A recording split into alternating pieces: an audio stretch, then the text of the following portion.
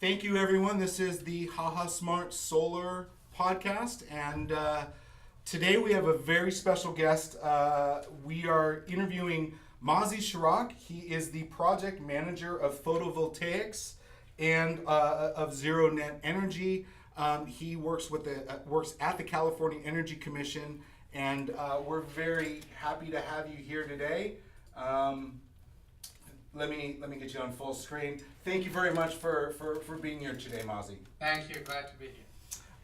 Let's start with the new mandate passed by the California Energy Commission. What does this mean to people buying homes after 2020?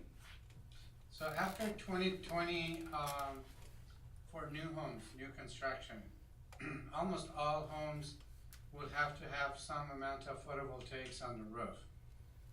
Unless they fall under one of the exceptions that we have there. But in general, most homes would have to have some amount of PV. The average PV size, the statewide PV size is about 2.8 kilowatts. Okay. And this is a PV that is sized to displace the annual kilowatt hour of a 2019 compliant home. The Okay. electricity portion only. So that's what it's designed to do. And in general, it should have a positive payback for the building occupants. We've done some calculations on the numbers, and we think it's going to be cost effective in vast majority of the state, especially for those customers who are within the IOU, the private utilities, LADWP, and even some of the largest municipal utilities. The cost effectiveness is highly dependent on the local utility rates. So the numbers we used are average statewide, but it could actually vary substantially depending on who your utility is and what their rate structures are and whether you're on a flat rate or time of use rate. Okay, and now this seems like this has been in the works for a while, a kind of a gradual step of improving homes and efficiency. Is that what's been going on, or? Yeah, the Zero Net Energy mandate is more than 10 years old. Right. It was actually started under the previous governor, Arnold Schwarzenegger, and continued to the date. And in general, what we did was we had 3 or 4 intervening cycles of standards.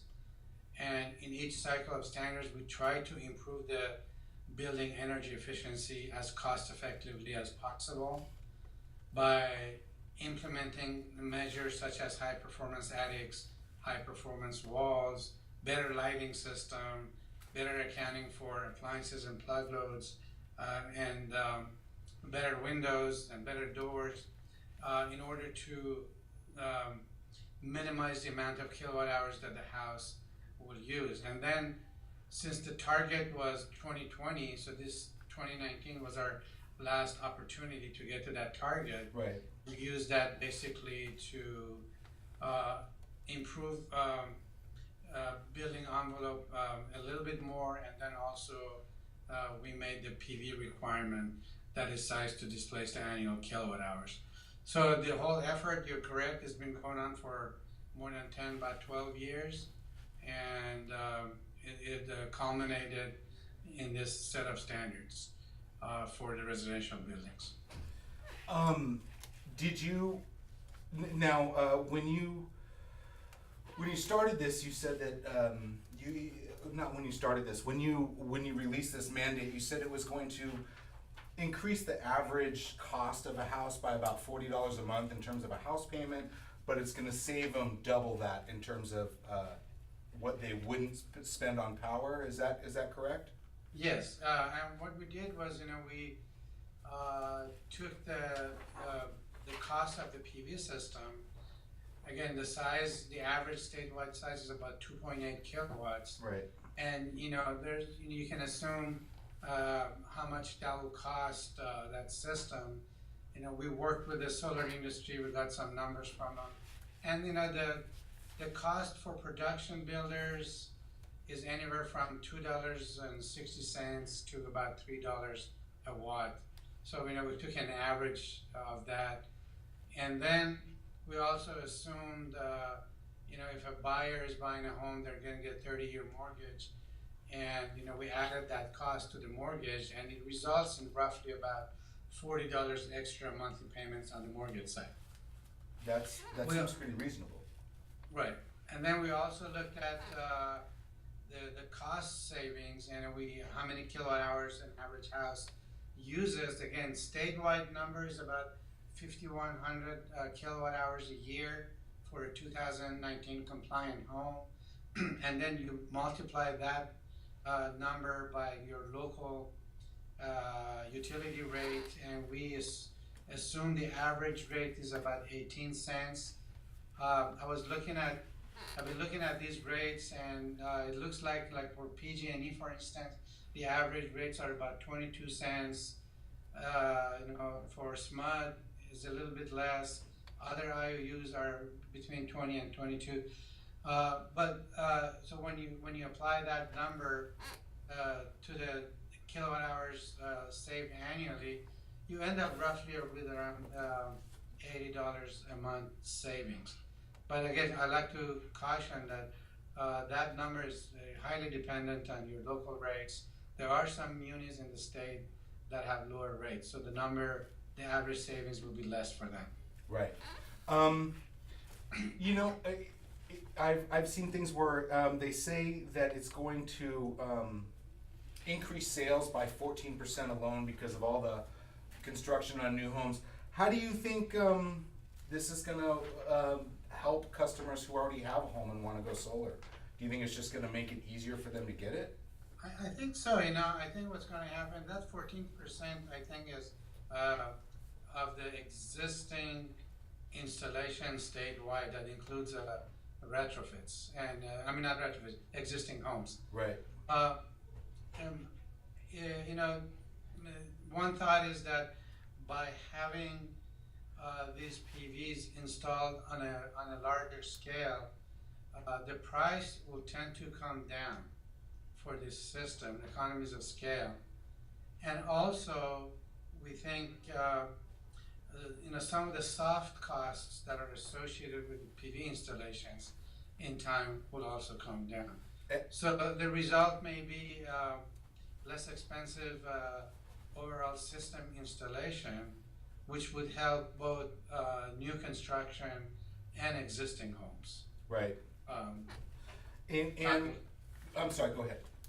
Yeah, I said, time will tell if that turns out to be true, but we know when we look at the system components and the cost of each component for PV system, the cost of module and inverter are actually fairly low.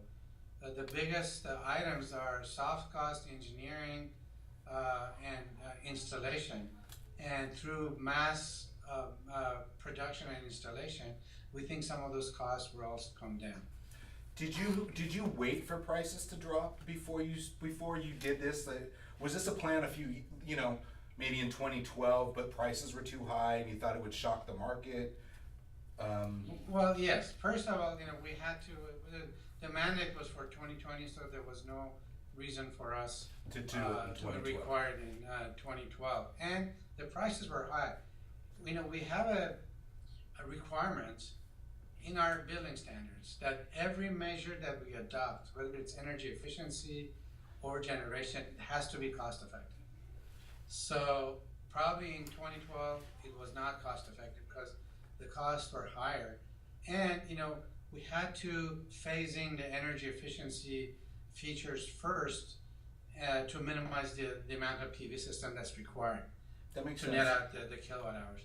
So maybe it was we were fortunate that it worked that way, because while we were emphasizing on building energy efficiency standards, the traditional efficiency measures, the marketplace was doing its magic, and the price of PV was coming down at the same time. Mm-hmm. So we were able to piggyback on that in this last cycle, and we determined that the PVs, photovoltaics, were cost effective in all 16 of our climate zones. Well, that's So the two events actually work together nicely, which enabled us to have these 2019 standards. good. Good. Now, one thing is there a minimum let's say you have a townhome and you share a roof with someone, or you have a lot of tree cover in your one of these newer homes. Do you make exceptions for people like that, or is there workarounds for that? Yes, that's actually our number one exception. If a house is built next to external shading, such as buildings, trees, hills, and things that are outside of the builder's control, then they'll be exempt from the PV requirement. Do you find that developers are looking for like community solar or things like that for those instances? Absolutely. We actually have a community solar option that which could be used as an alternative to the rooftop PV system. Currently, there are no eligible community solar system that satisfies the requirements that we have in the standards. These community solar systems must provide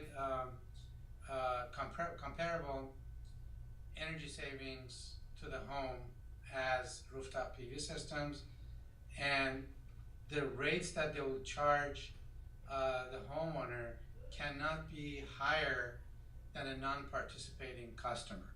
Right.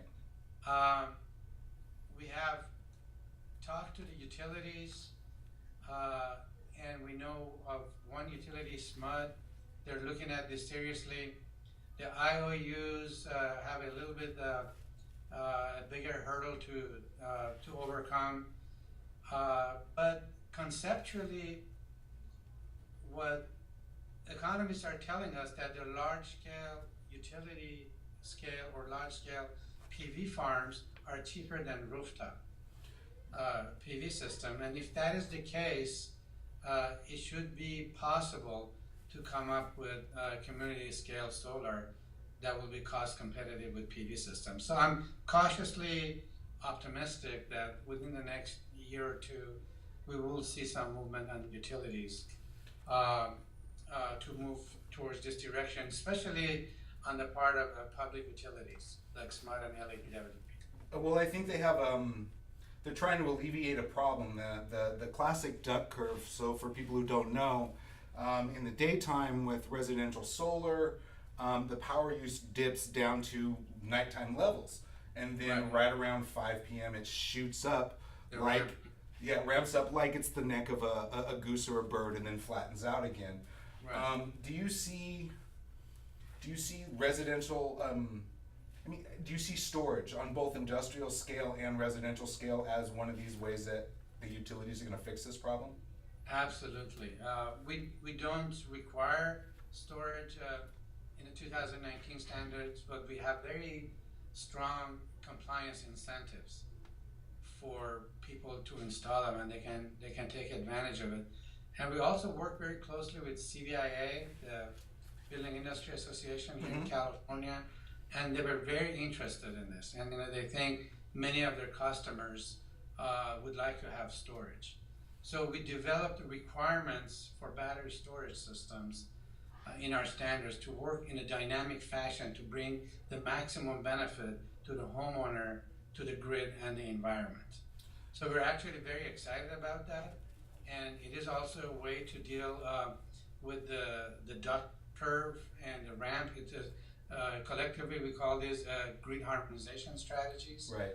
to basically harmonize the rooftop PV system with the grid in a way that actually brings the maximum benefit to the ratepayer, to the grid, and the environment, since we're moving to a carbon metric and GHG reduction metric in the future. Well, I'm glad. It's because the industry, what I'm hearing from in the industry is, yes, batteries are great, but they're waiting for almost a revolution in terms of batteries to get them on the industrial scale. I might be behind the times. I hear, lots of universities are working on hot storage batteries and things like that, but I haven't heard anything commercially hitting the market yet. Yeah, I know. I'm reading some of the newer technologies that people are experimenting with, and the flow batteries, based on sulfur. But what's available is lithium ion, Right.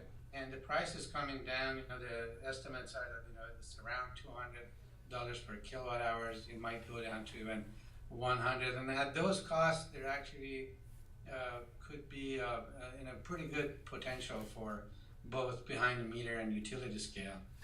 It did increase, I believe, batteries increased 9 times over the amount of people who. Wow, this is hard to get out. The amount of people who bought solar and then added batteries to it, that went up 9 times over what was installed last year already. Right. So There's strong desire both on part of the customers. They like the idea of having PV. Not all of them, but a good fraction of them having PVs and batteries in their homes. Right. And gives them flexibility to maximize the economic benefit. It also gives them, outage protection and so forth. So as the prices will come down and as we gain more experience, I think it's become as a pretty good option. And again, the builders are looking at it because they can get some compliance credit by installing batteries, and they can use that to make the whole house comply with the standards easier. That's true, and that definitely helps with the cost, along with all the rebates that are going on with solar. So and Correct. tax There's just credits. so many little things we've planted here, and it'll be interesting to watch it in time, see how these things will play out, and it's actually very exciting. I think so too. Now the California Energy Commission was created in 1975, right behind you, and it was created as the commission to enact California's energy policy. Is that correct? Actually, I think the legislation that authorized the Energy Commission's creation was in 1973. It was actually signed by then Governor Ronald Reagan. Right. And but that was towards the end of his term, and it was the young Governor Brown, when he came into the office, is the one who actually funded it and started it. Okay. What a lot has happened since then. What are some of the standards that the Energy Commission set that are now something that we don't even think about that's standard, in homes and stuff? A lot.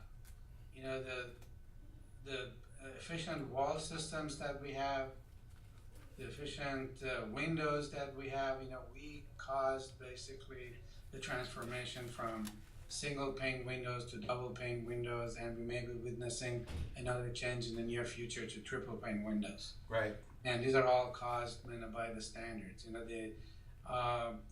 The change from incandescent lights to LED based. That's one of the things within the standards. Both residential and non-residential buildings. The way we use our air conditioning system, we control them, and the air distribution system has all been drastically changed by the standards. A few years back, about 10 years ago, when we were testing air conditionings in the homes, we found that even in brand new homes, the ducts leaked upwards of 30% into our attics, which made the spiders very happy, but not especially the people here in who Sacramento. down below.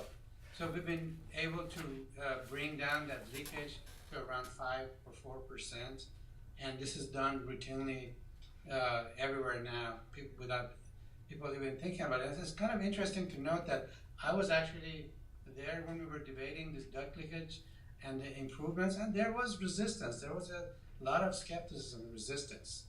And now we don't hear a beep. People just do it. They've learned how to do it. They recognize the benefits, and it's down. It's been getting done without people complaining. So I can give you a lot of examples. The water heating, we've gone from very inefficient water heaters to very efficient tankless water heaters. Right. We may be seeing another change in the near future to heat pump water heaters, electric heat pump water heaters. Now, what's the difference between that and a tankless water heater? I know how a tankless water heater works, but what's a heat pump water heater now? So heat pump water heater takes advantage of the heat pump technology that's much more efficient and electric resistance heating for both space heating and water heating. So manufacturers have been able to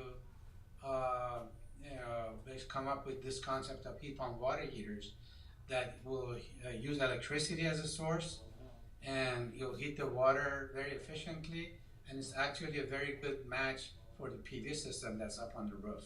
Okay. Because during the day, like a day like today, when it's plenty of sun and we're not home, the PVs can supply the electricity to the heat pump water heater to superheat the water to around 160 degrees in a tank. And then when you go home at night, that you can use that to bathe or cook and all that without using any additional source for electricity. That's interesting. I like how things keep getting better. You know? Yeah, a lot of people are thinking about this stuff, and we have a great team of consultants and staff, and we get a lot of cooperation from the utilities and the builders, and that's why we can do the things we're doing. How do you? Go ahead. I mean, one thing I want to emphasize that this 2019 standards had very strong support from people that you wouldn't normally think they would be on the same side of things, like manufacturers, utilities, builders, and environmental groups, all basically supporting the same standards. I think everyone sees it. It's only going to create jobs and make people less reliant on traditional power sources, and it's going to help the environment.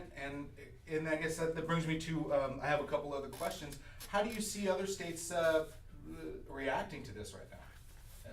So, in the past, if you use that as an experience, California tends to be the leader, and we adopt either building standards or appliances standards, and then later on you'll see that gets adopted by other states. And I think this is going to be the same. Of course, when you're talking about solar, it's a little bit more complicated because it all depends on first solar availability. So you don't have the sun in all 50 states. Right. And it also depends on the local state support for these kind of mandates. You have states like Hawaii, we're probably actually a little further along than California, and then you have other states. But I can see, there are a number of states like Nevada, Arizona, that they have plenty of solar resources. And if the cost of electricity or a PV system comes down, and I think they're probably watching us, and if we're successful, I'm hopeful that other states will follow suit within the next few years. But I mean, that's the thing, is that we have to be successful, and we cannot just sit back. I don't think our job is done. It's just beginning. We need to work very closely with the PV industry and the battery storage industry, and make sure we have these systems that do bring value to the homeowner, grid, and the environment. That's the grid harmonization. And if we, at the end of 3 years, 4 years, we're successful, then we have a story that we can sell to the other states. That's true, and I think it's catching on fast, even in states that doesn't support it with tax breaks. So I just think that it's going to catch on even faster, And Mazi, I want to thank you, Mazi Shirakh. He's with the California Energy Commission. Again, thank you so much for all the hard work you do, and keep moving us into the future. My pleasure, and again, this is a success because it's a collective effort. And we worked with solar industry, battery industry, utilities, builders, and we need to continue to do that to make this a success. So stay tuned. Well, it was a pleasure talking to you, and you have a great day. Thank you so much. Thank you, sir. All right. Bye-bye. Bye-bye. Well, that was Mazi Shirakh from the California Energy Commission. That was an interesting talk, and I think we can all agree that solar is taking off. So if you are interested in joining this revolution and you don't want to wait till 2020, go to HahaSmart.com and check us out. Check out how we can save you money over time. And keep watching us on Facebook. You can like us on Facebook and Instagram, HahaSmart Solar. Watch us on YouTube. We're on Twitter at HahaSmart. And thank you very much. Everyone have a great day.